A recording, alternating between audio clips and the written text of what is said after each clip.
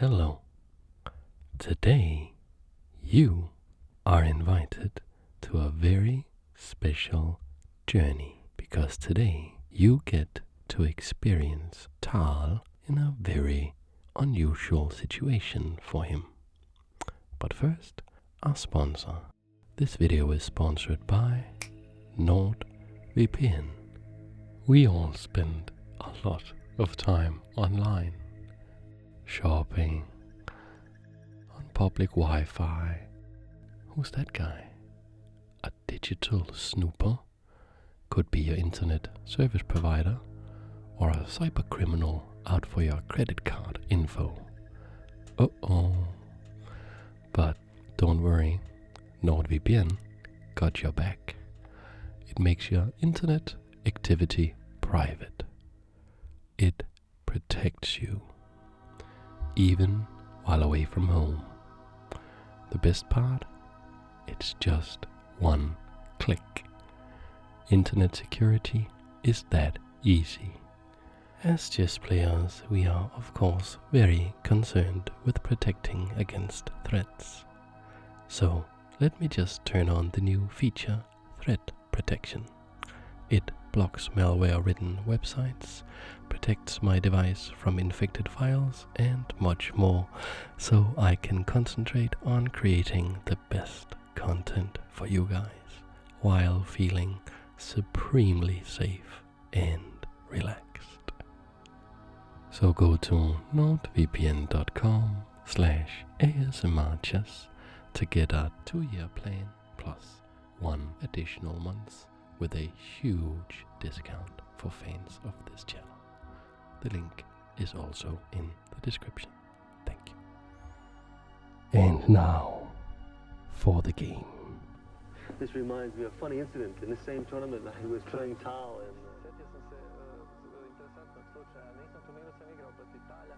and everybody was playing the Caro-Kann against me. Because I was playing a variation that they thought was bad, you know, I had bad results. And I had bad results.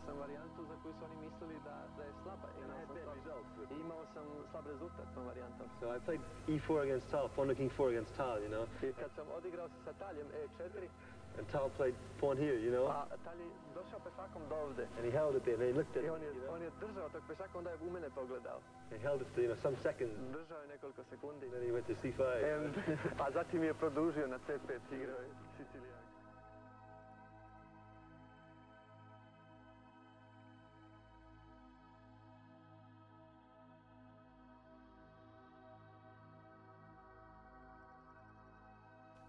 And here we are in 1959 in the Candidates Tournament, the tournament that will determine the challenger for Mikhail Botvinnik, the world chess champion. I will be playing the role of Bobby Fischer at 16 years old with the white pieces, sitting opposite you, my dear friend, with the black pieces who will play the role as 22-year-old Mikhail Tal. And I will open this game with pawn to E4. And you, Tal, what are you going to do about that? And as you saw in the video, Tal first teased pawn to C6, the Caro-Kann defense that I, as white, has had troubles against. But in chess, you are allowed to still move the piece if you do not let go of it. The rule is known as touch move. So if Tal had let go here and then tried to move it again, no, you can't do that.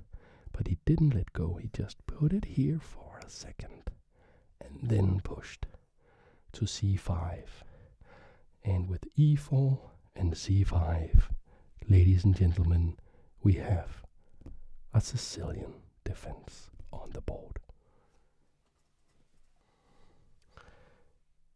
I play knight f3 in standard fashion.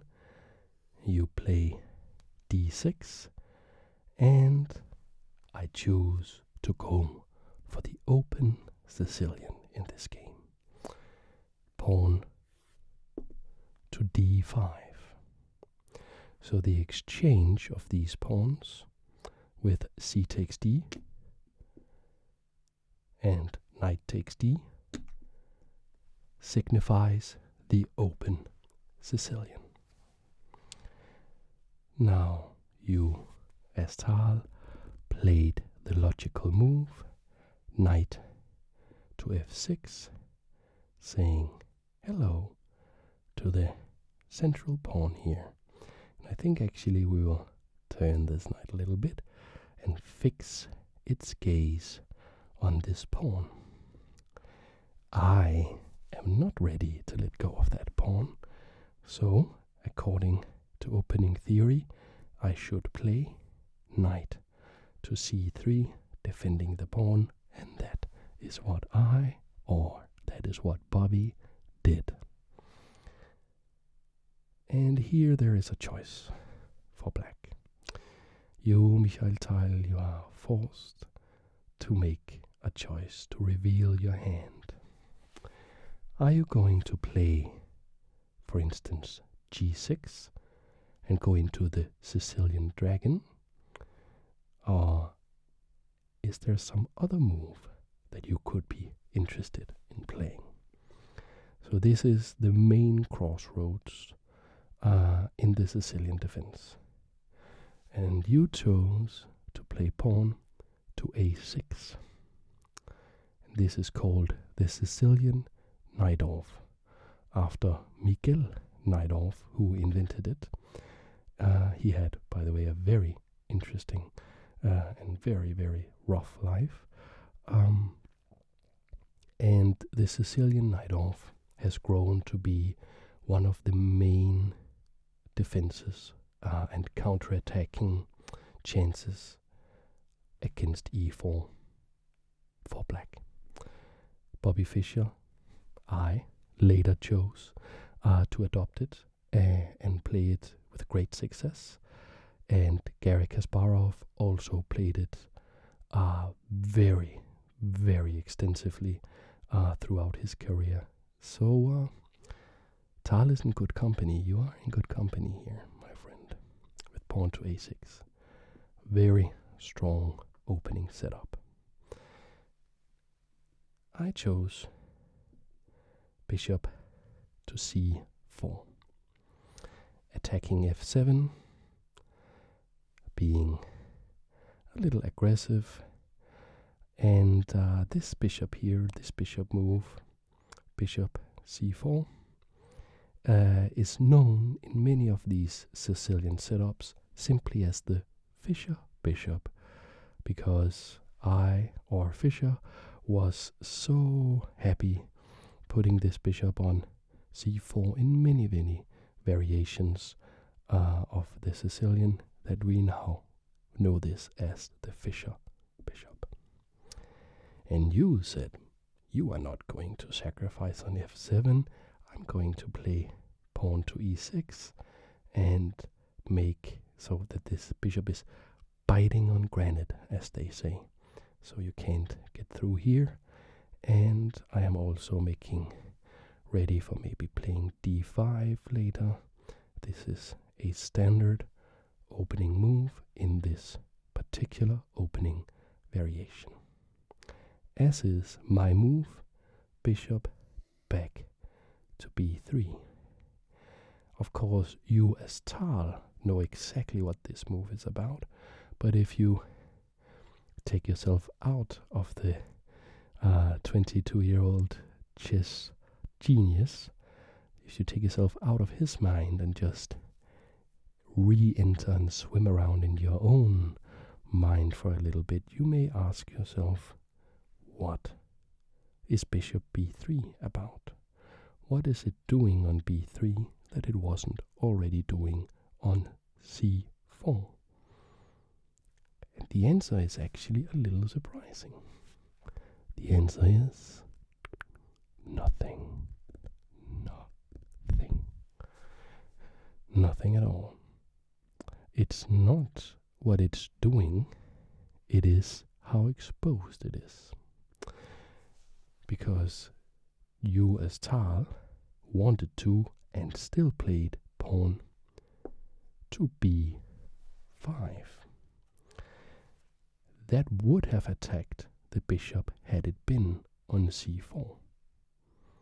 But since you chose to move it to b3, you don't have to respond to this move. This principle in chess is called prophylaxis. Was coined by Aaron Nimzowitsch in his very influential book, My System. Prophylaxis. Prophylaxis. The art of responding to your opponent's threats before they even happen.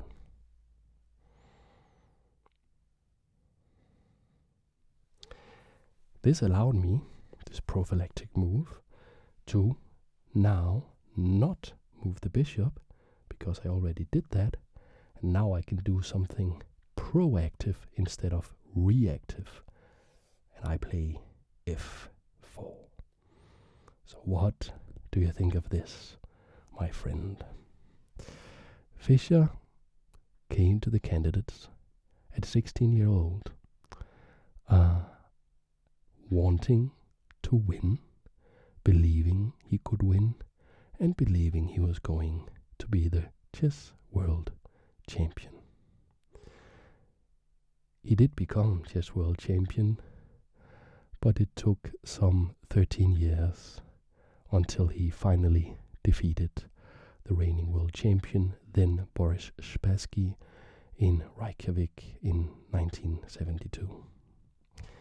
In this tournament, we had players like Smyslov, who was already an ex-world champion.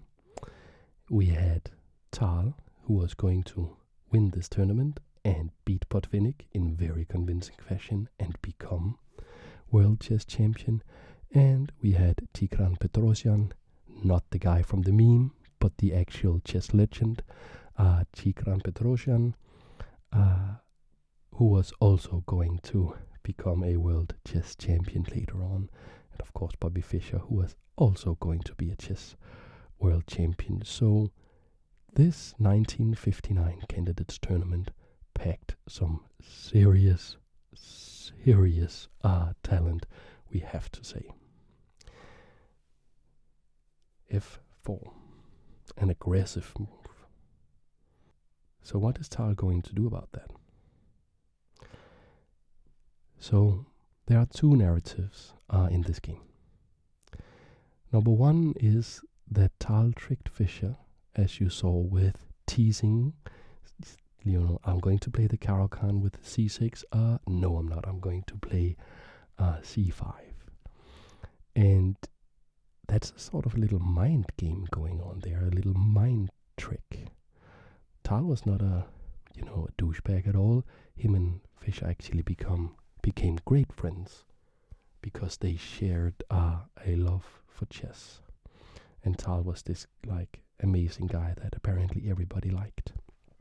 Not so much Fischer, who was not so crazy right now in 59 at 16 years old, but still probably pretty tough to be around. And of course he only got more and more crazy as years went past.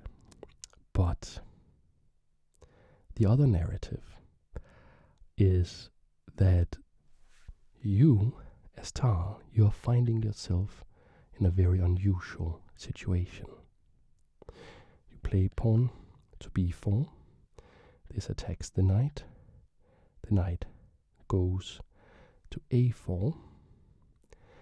And then, can you remember this knight? And we fixed its gaze right here on this pawn, the e4 pawn.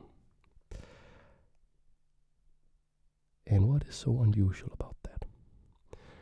First, let me read a little quote by a book called My Great Predecessors by Garry Kasparov, which is like this mammoth of a book series that he has written, analyzing every single world chess champion before himself. Because he wrote, of course, about Tal and Fischer.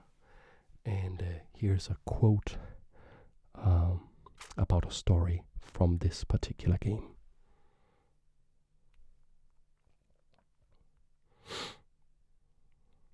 On the morning of the day of this game, Tal analyzed this variation, and here they are talking about this particular variation of the Sicilian Night-Off. Tal analyzed that with Averbach, Koblenz, and Petrosyan, who had called in. So Petrosyan is actually helping Tal in this tournament defeat Fischer, and they were of course both playing for the Soviet Union. And here a move appealed to Tigran, knight takes e4. And there's actually a little quote from Tigran. Such a nice little central pawn. I think I would take it. And then Kasparov continues, but Mikhail had his doubts, and it was only after sitting at the board and glancing at Fischer that he mentally waved his hands. What the devil, I will take it. And such preparation is not so much an indication of Tal's flippancy as of the level of opening theory at the time. Of course, today, most games at the Super Grandmaster level, they have opening preparation that goes 20, 25, sometimes 30, sometimes more moves deep, where the Grandmasters has sat down with their seconds, their helpers, and their computers, and analyzed and made all these decisions about what they're going to play even before the game starts. But this was 1959, and this opening was not very well explored, and Tal just said, well, Tigran said I can play knight takes e4, let me do that. And why is that so unusual for him? Why is that so unusual for Tal? So he's up a pawn, he has 2 pawns against 1 pawn. Right, fair enough. Let's look at his pieces, though. Let's look at your pieces. You have this knight looking back at the king. Come on, guys. Looking at the rook, the other knight, the bishops, the queen. Come on, guys. It's over here. The party is over here. The king is right there. Let's go get him. And all the rest of the pieces, your army here, my friend, they are still back. Like the horses still in the stables. The rooks haven't moved. The bishops are in their, I guess, in their churches or wherever bishops reside. The queen is not doing that much. So it's all like you are underdeveloped here. So you're up material, but your pieces are bad. Now, who usually thrives against that? That's right, my friend. That's you. Mikhail Tal, the attacking maniac, the attacking chess genius.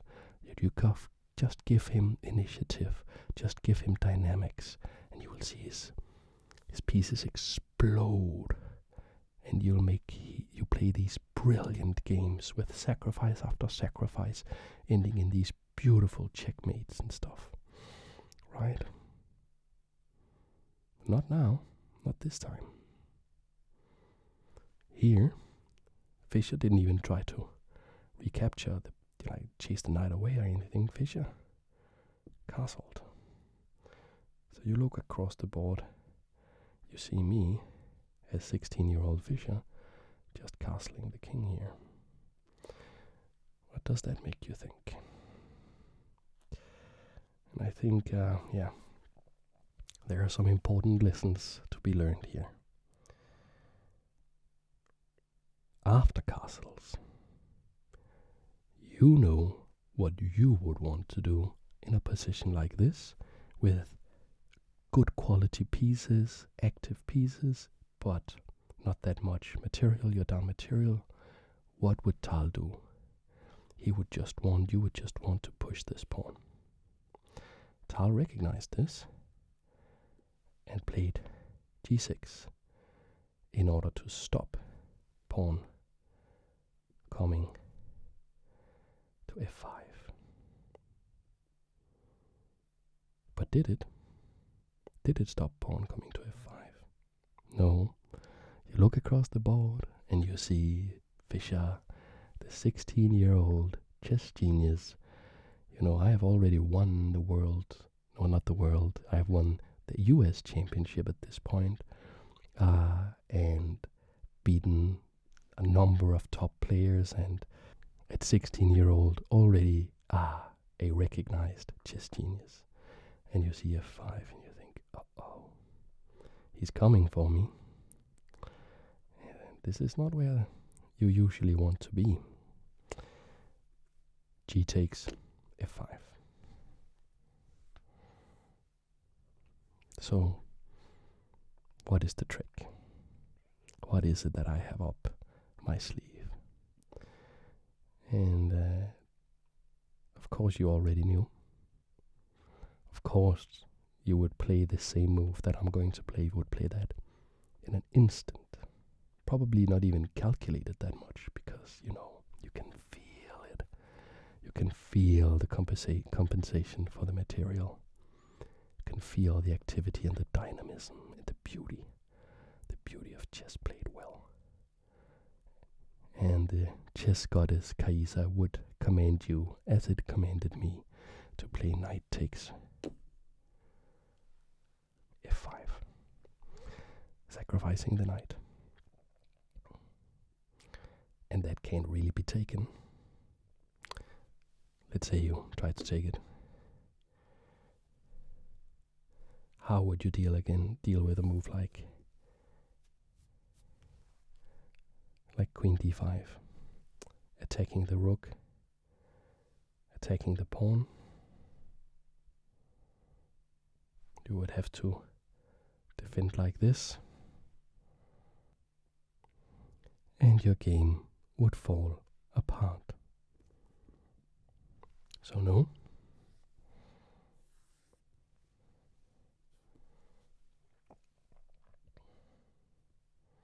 You didn't capture with the knight. What did you do instead? How about this move? Rook g8. And this should teach us something about the character of this young man, Mikhail Tal.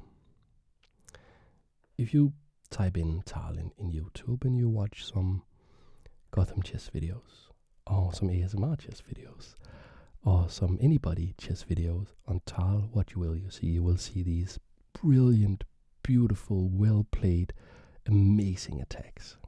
Always with sacrifices, always like the highest kind of chess beauty you can possibly imagine. Like, he is this amazing guy, obviously. But you don't become world champion only with flashy sacrifices, because you're not always playing against people who will allow you to make flashy sacrifices. Sometimes a 16-year-old Bobby Fischer will come and do flashy sacrifices against you. And if you want to be world champion, if you want to be the very best there ever was, isn't that how it goes?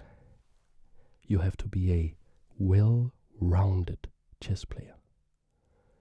You must be able to defend, and you must be able to attack, and you must be able to grind your opponent down from a slightly superior position when you need to. And apparently you thought that rook g8 was the way to do that. But did you reckon with the next sacrifice?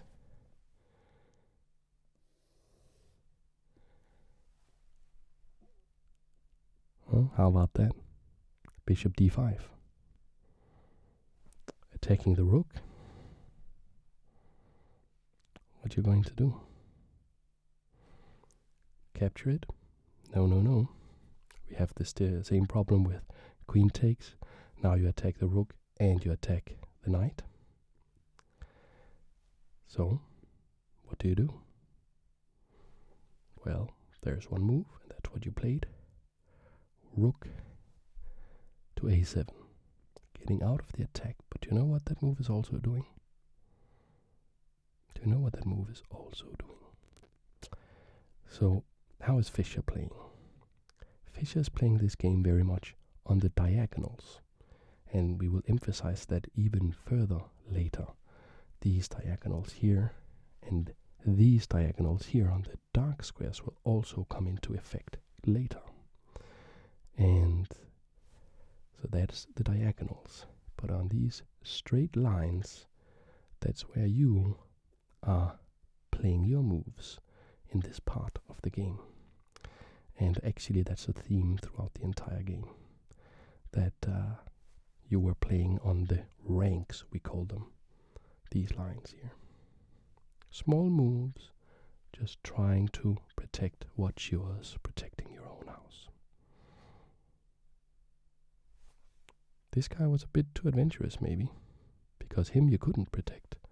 And I picked up the bishop, and I snapped it off the board. Now, what do you think of your position now, Tal? What do you think? You were up material before. Now you're down material. I still have active pieces. I have a castled king. And you have these two weird rooks. No castled king. And no development. So is this a lost position? Or how are you going to justify your play so far? So, you looked Bobby in the eyes with those piercing Tal eyes that people actually were afraid of. Like there was another guy, Pal Binko, also playing in this tournament, who was so afraid of Tal's so-called hypnotizing eyes that he wore these oversized, ridiculous sunglasses to avoid the stare of Tal. And now Tal is staring at me, and he's saying, I can absolutely justify my play, and I'm not going to be that much down material, because now I actually can capture this knight. So, still down, well, not down, because, so you lost a knight and 2 pawns, and I lost a knight and 3 pawns. So I have still gambited a pawn, but that, of course, I can get back immediately with bishop takes f5, like so. So now we are even on material. Did you succeed, do you think? Did you succeed in fighting back my attack? Well, we discussed how you were playing on the ranks here, playing sort of vertically, and here this move is cool. You played rook to e7, so this is a very unusual way to use the rook. Like if you just gave this position to somebody who didn't know this particular game and said, you know, we are 15 moves or whatever into some game, who do you think is playing? I can promise you 2 things. First, they will not say that Tal is playing the black pieces. And secondly, they may even say that it must be some sort of beginner, because this looks, frankly, a little ridiculous. But as beautiful as all the chess principles are, chess is a concrete game, and you have to play the exact position, and you can't always go, oh, you have to control the center. That's what you should do. So a position like this must be bad. No, this is the best defense there is for black against this onslaught, and that's how you should play. And that is how you did play. So this rook, very like a very original idea, and it's very unorthodox, but it works. Now the king has built a sort of unorthodox castle with his rook, so that these things are not as dangerous, this file against the king. What do I want to do? What does white want to do in this position? Well, one thing I would like to do is, of course, to get all of my friends invited to the party. And that means this rook and this bishop. In order to get this rook into the party, I want to also to first get this bishop into the party so I can move the rook. Where do I want to go? Well, I would want to go here on g5, but that's defended right now by your rook to g8. Then what's the next best thing? How about f4, attacking d6 in unison with the queen, working together? That would be beautiful. What is the problem? The problem is, if I play this move here, I block the rook. The rook is no longer attacking, I mean defending the bishop, and you could go and capture this bishop. So what did I play? Well, I played a concrete idea that goes against a chess principle, but is justified on the concrete tactics of the position and the concrete requirements of the position. I played bishop takes bishop on c8.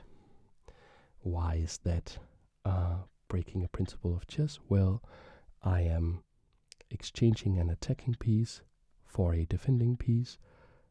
When you are defending in chess, you want to exchange pieces because attacking pieces are generally more effective than defending pieces, so you gain value by trading like this. And now I choose to do that voluntarily because I have a specific reason. What did you do? Well, nothing too surprising. You just recapture this bishop with queen takes c8, but now c8, but now I can play bishop f4, attacking d6. And I have this very strong looking position against this weird beginner looking setup you've got going over there. Are you afraid?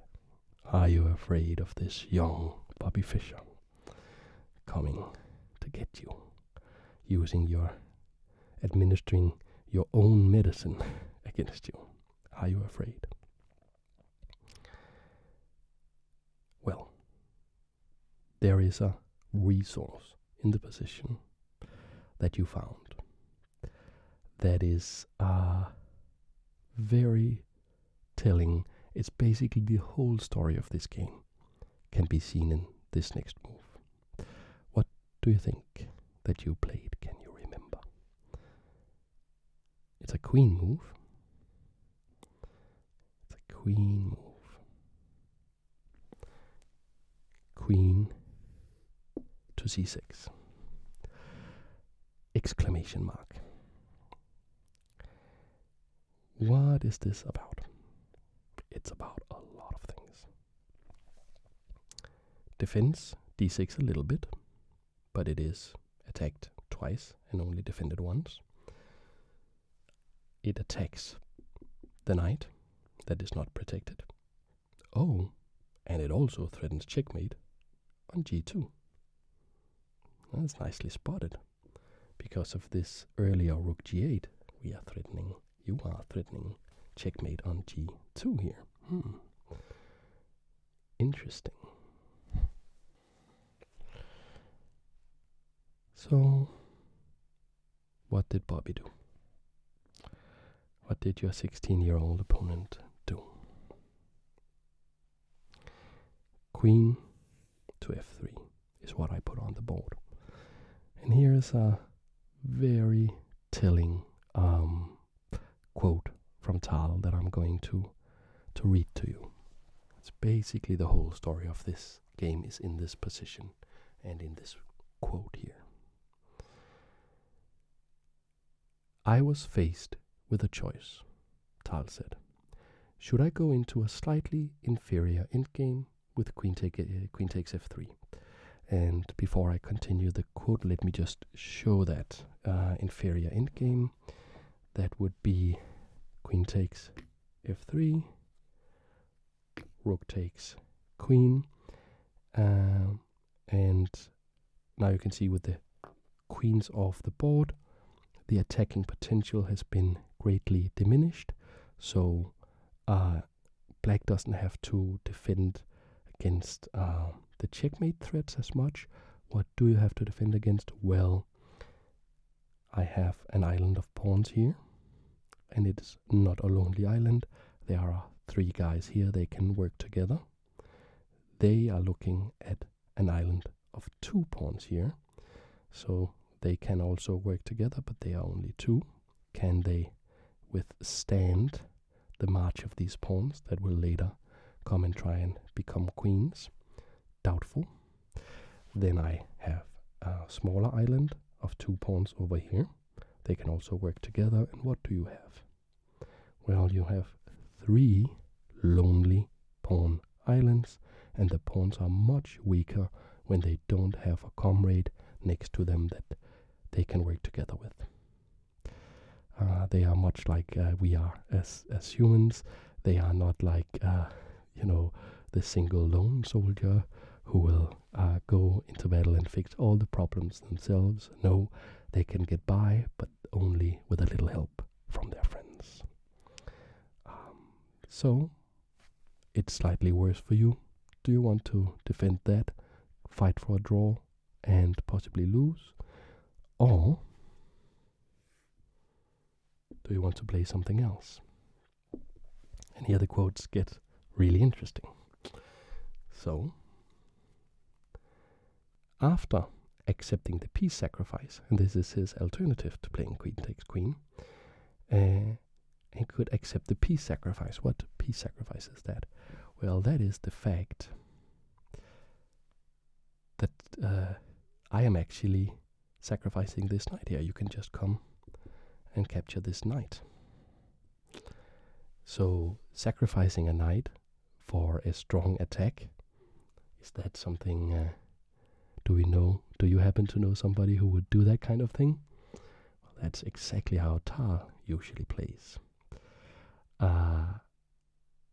So he could accept the peace sacrifice and subject myself to a very strong attack, he says.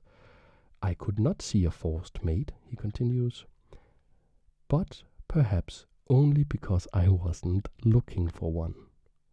If I had been playing white, I would have considered the attack to be decisive. Nevertheless, I chose the second path. So, even though you thought that if you had the white pieces and your opponent accepted the sacrifice, you thought that this would be a winning attack for you. You still went and took the knight, because you didn't think it was a winning attack for me. So that is some deep chess psychology going on right there. Later analysis have shown that accepting the sacrifice, while risky, is the strongest move if you play the defense perfectly. So, you, Mr. Attacking Genius, are you ready to be a defensive genius? Let's see. I play bishop takes d6. Attacking the rook, opening up for the battery of the queen and the rook against f7. If I get rid of this rook, there will be checkmate threats or very strong threats against that square. Now This other rook on a1 is also ready to join in the battle. How on earth are you going to defend this, Mr. Tal? Quite calmly, you played queen back. The damage is done, so I guess I'm believing you could have been singing in your head had it not been for the unfortunate fact that this particular Timbaland banger was revealed, or released, I mean, some 60 years later or something. When was that released? I don't know. Late 2000s maybe? I don't know. So anyways, the queen went back. You played the queen to c6. Offering a trade. You are now up a piece. So queen takes queen, knight takes queen. It's just winning for black because you have much more material. So if I don't have the attacking power of the queen to try and checkmate, there's just no way I am going to win this position.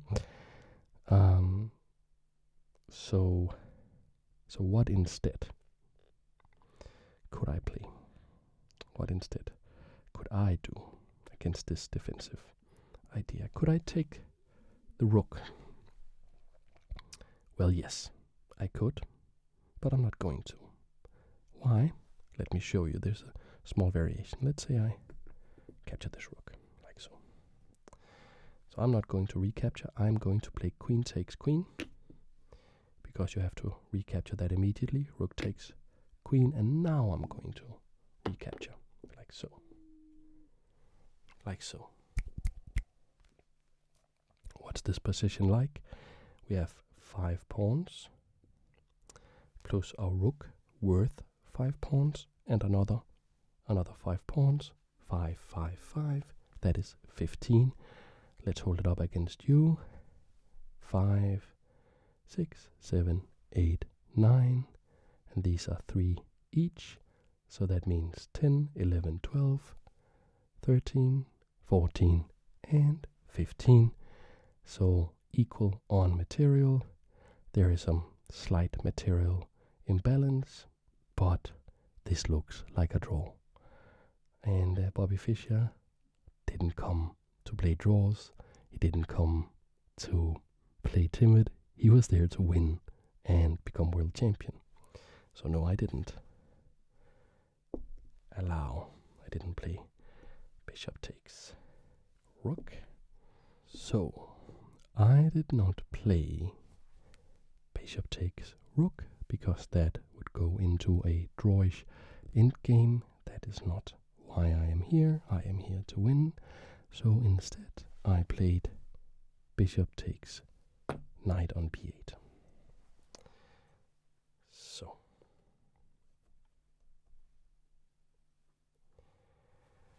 I am saying I am regaining my lost material. I still have a very strong attack, and I'm doing very well here. But maybe I missed something, or maybe I missed the strength, the justification of what you had in mind here. So the king here, he's in his castle, and I'm looking at my king, he's looking up at me, and I'm thinking, oh, you're quite safe, right? Yeah, he's saying, I feel quite safe. He has the rook, he has the 2 pawns. Like usually though, there is like this other pawn on f2, but I used that to smash a hole in your defenses. Is that a concern here? It is. It is, isn't it? Because you played queen b6, and that's check because of the missing f2 pawn. So what did I do? King h1, and now you can recapture with queen takes b8, taking the bishop on b8, and you are still up a piece. But the attack is raging on. And I play queen c6. You are no longer defending c6. That is check. His Majesty. Check. What do you think of that? Well, really only one move here. Could move the king, but that you would land in trouble very fast. So you played rook to d8, d7 I mean, d7. And now I can activate my last piece. Rook on a to e1. Check to His Majesty.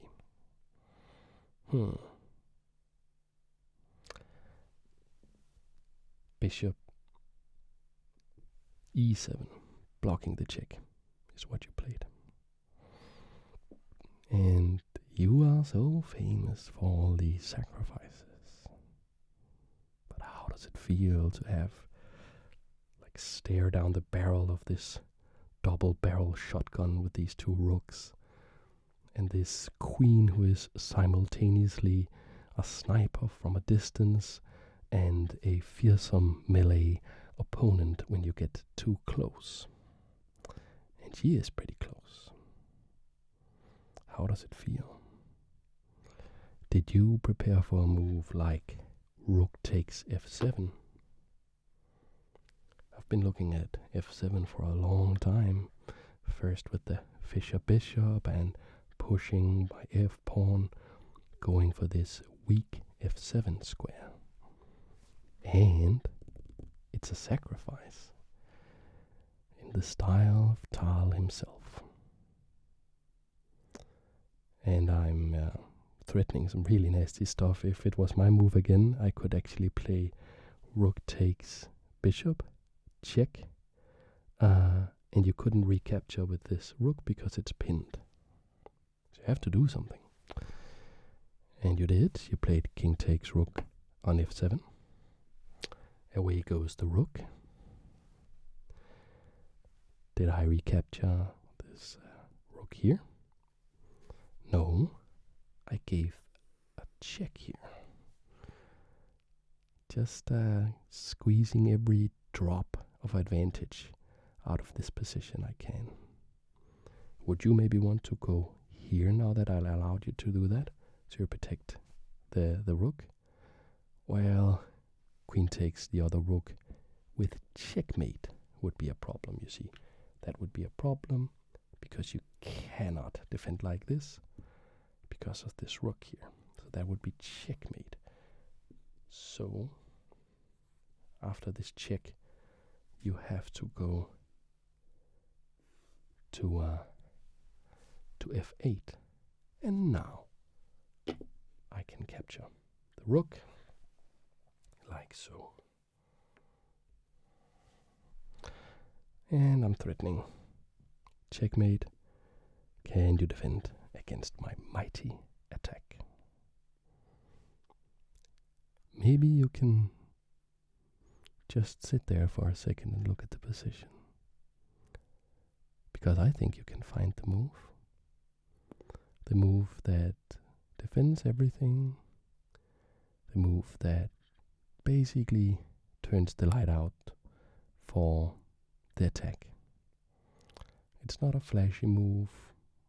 It's just a simple move, and it's even a principled move. I know that you haven't played this game respecting the general principles of chess that much, because you had to respond to the exact specifications of these exact moves. But here, maybe Tal had, maybe you had used a time machine and watched my video on how to use the queen in chess, because one of my points there is the age-old wisdom in chess that centralizing the queen is very valuable. And here, queen to d6 wins. Why does it win? Well, you have 3 pawns versus 5 pawns. Then you have rook versus rook, queen versus queen, but then you have bishop versus nothing. So you are up enough material and the bishop is good in the endgame because it's fast.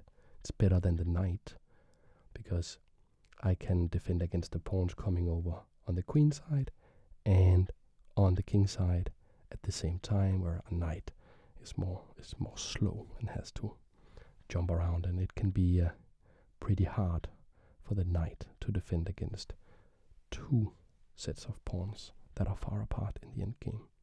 Easier for the bishop though. So yeah, I can't afford to exchange the queens here. But what do I do then? I mean, in the game I played queen b7 attacking this pawn, but the centralizing queen move is looking after all these pawns. And yeah, it's pretty much curtains for me. You played rook g6,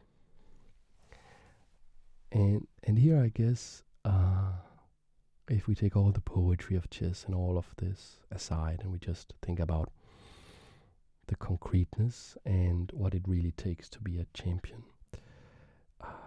we can study the finishing moves of that Tal is playing, that you are playing here, because against a guy like Fischer you can't slip up, of course. Like one false move and it all just falls to. So even though we always see these beautiful Tal sacrifices, we have to understand and we have to appreciate the next 10, 15 moves he played in this game to grind down this advantage into a win and not allow me or Fischer any chance to get back in the game. So let's take a look at those moves here. I started out with c3, trying to exchange off here. You just defend it like so. Check. King g7. Queen c4. Looking at maybe someday coming in here, if we can team up with the rook. It's not really possible right now. Bishop d8, just making sure we have everything under control. Pawn takes pawn. Pawn takes pawn.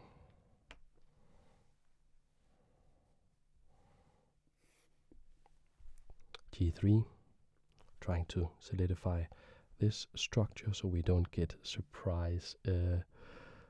I was always going to say surprise lethal. That's a term from like Magic the Gathering, and I guess also they say that in Hearthstone.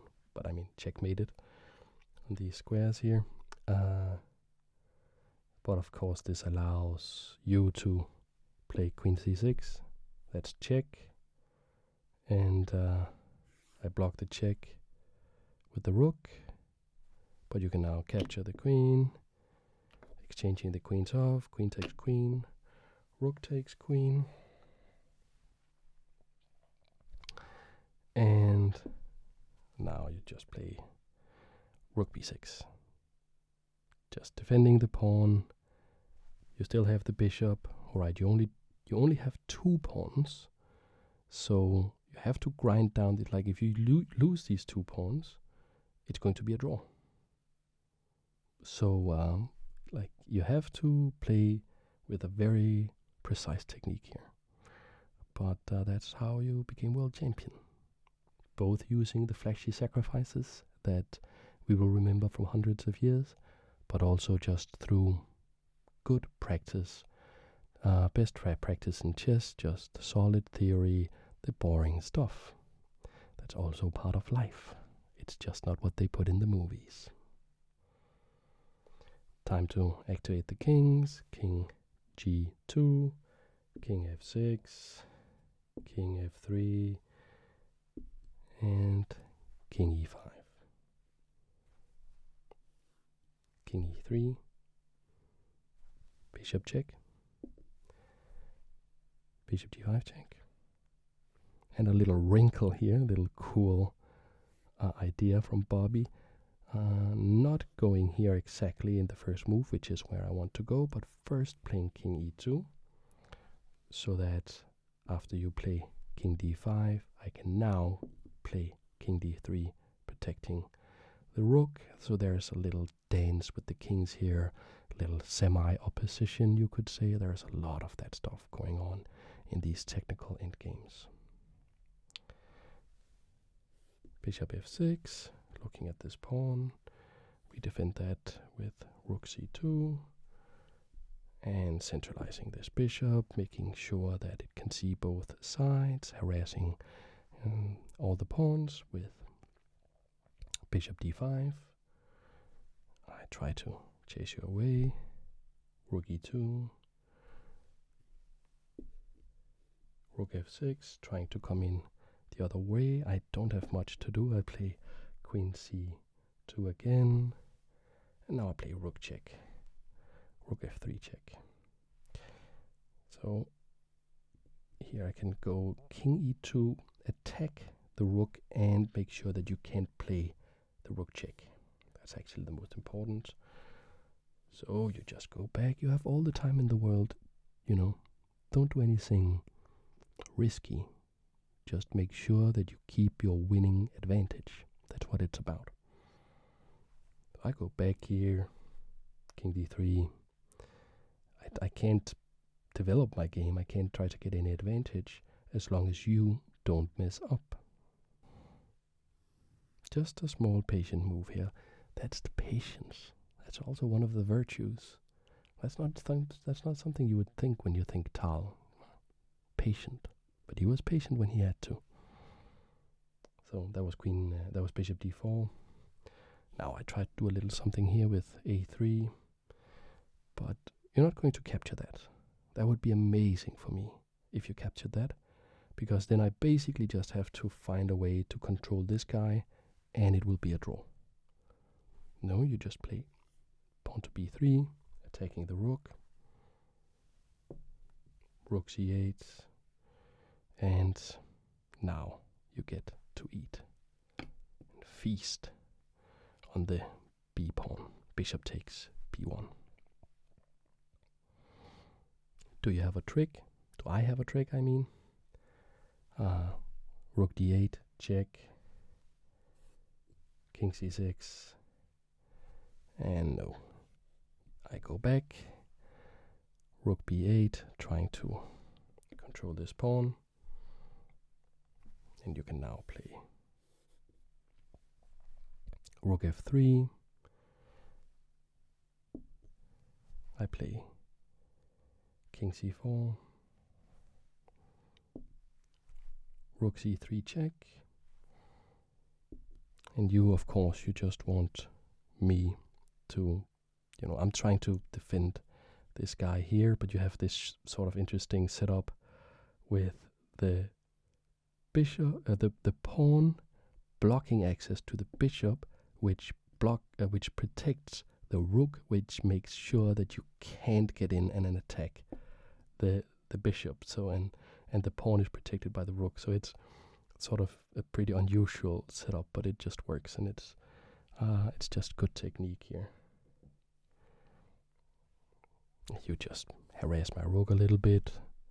Rook king c7, rook b5, and now it's time for the coup de grace. Bishop to a1. Pretty unusual square for a bishop, but what do you want to do? Well, after I try to play a4, you can just play b2, and it's a little cool. There's a little cool dance here, because you could say that you were hanging your rook, because I can capture like this. Like, I resigned here because I'm done. but I'm going to show you the justification, like why there's no more hope. If I take king takes rook, you could say, oh, but when you queen, I'm controlling the queening square. With my rook, I can capture the queen. No, no, no. No, you cannot.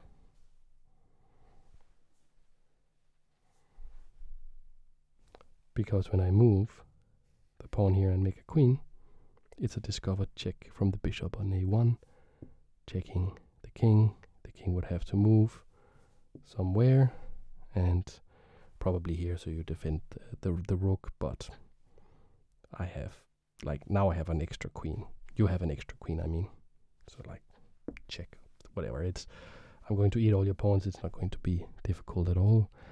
And that is how this game ended, despite you trashing in the games, trashing young Bobby 4 wins to 0 in this tournament.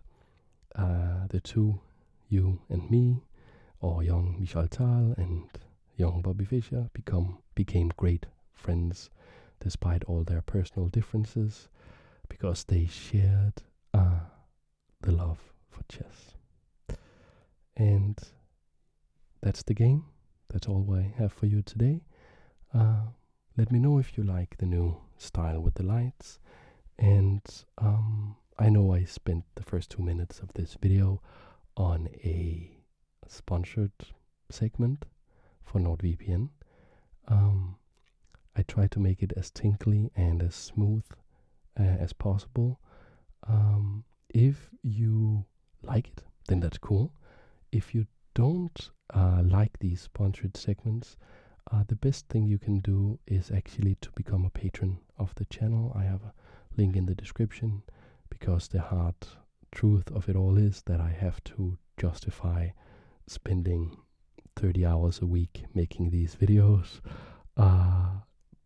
I have to justify that financially somehow, because I have responsibilities in life.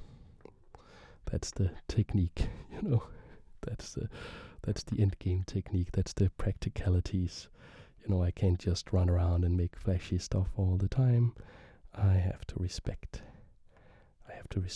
best practices and the concreteness of my position. I hope your concrete position is relaxed and nice. And if you can't support me on Patreon, that's absolutely fine. That's not a requirement at all. You know, as long as you watch these and you feel it's nice and you feel it does something for you, I'm very happy. And yeah, that's the video. Thanks for watching. I hope I will see you in the